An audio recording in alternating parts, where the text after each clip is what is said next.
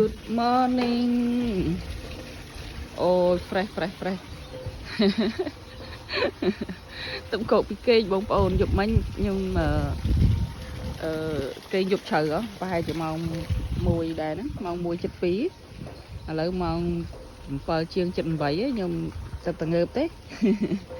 ហើយខកមកឲ្យតាមកផ្ទះនៅស្ទឹងនេះអូយនិយាយថាទេសភាពព្រលឹមឡើងគឺងើបមកឃើញខៀវស្ងាត់ចឹងស្រស់ស្រាយហើយឃើញដើមផ្កាឈូកនេះមានផ្កាបងប្អូននេះឃើញអត់នៅក្នុងកាមេរ៉ាសង្ស័យឆ្ងាយពេកស៊ូមអត់ឃើញទេស៊ូមប្រហែលជាអត់សូវឃើញទេព្រោះរៀងឆ្ងាយដែរចឹងហ្នឹងហើយព្រលឹមឡើងរត់រកកាហ្វេមុនគេ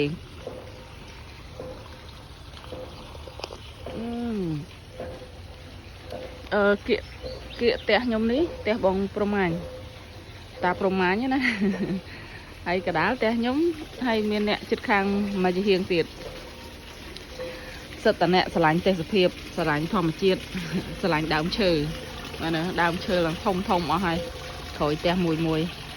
ហើយផ្ទះខ្ញុំធ្វើអាដេកចេញមកក្រោយនេះតលាយស្រួលមួយយ៉ាងដែរយើងបានមើលទៅក្រោយបានឆ្លាស់ល្អអើយសំឡេងរៀងកងួរតិចឲ្យបងប្អូនឲ្យព្រោះអីទឹកទៅក្រោយអញ្ចឹងទៅសំឡេងវាមិនតាន់នេះវាមិនតាន់សមនឹងការនិយាយអើយចង់ថតទេសភាពឲ្យបងប្អូនមើលព្រោះអីពេលខ្លះយើងទុកជាអនុស្សាវរីយ៍ផងអញ្ចឹងណាមើលដើមឈើខ្ញុំ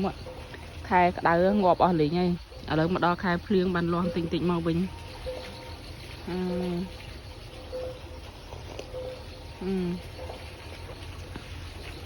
ញ៉ាំកាហ្វេមើលខនបើកភ្នែកបើកថ្ងៃដែរក្តៅខែនេះពេលថ្ងៃក្តៅពេលល្ងាចភ្លៀងក្តៅត្រជាក់មួយឈឺឡើងគ្រប់គ្នាអស់ហើយខ្ញុំទឹកតាជាពីផ្ដាសាយព្រោះអីនេះត្រជាក់ក្តៅអញ្ចឹងនៅនេះ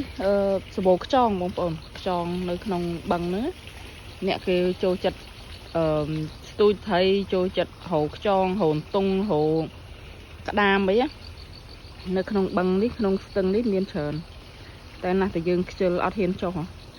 ព្រោះស៊ុបធប់ពេកខ្លាចមានសត្វអីចឹងអូខេខ្ញុំថតឲ្យមើលតែប៉ុណ្្នឹងឯងបាទ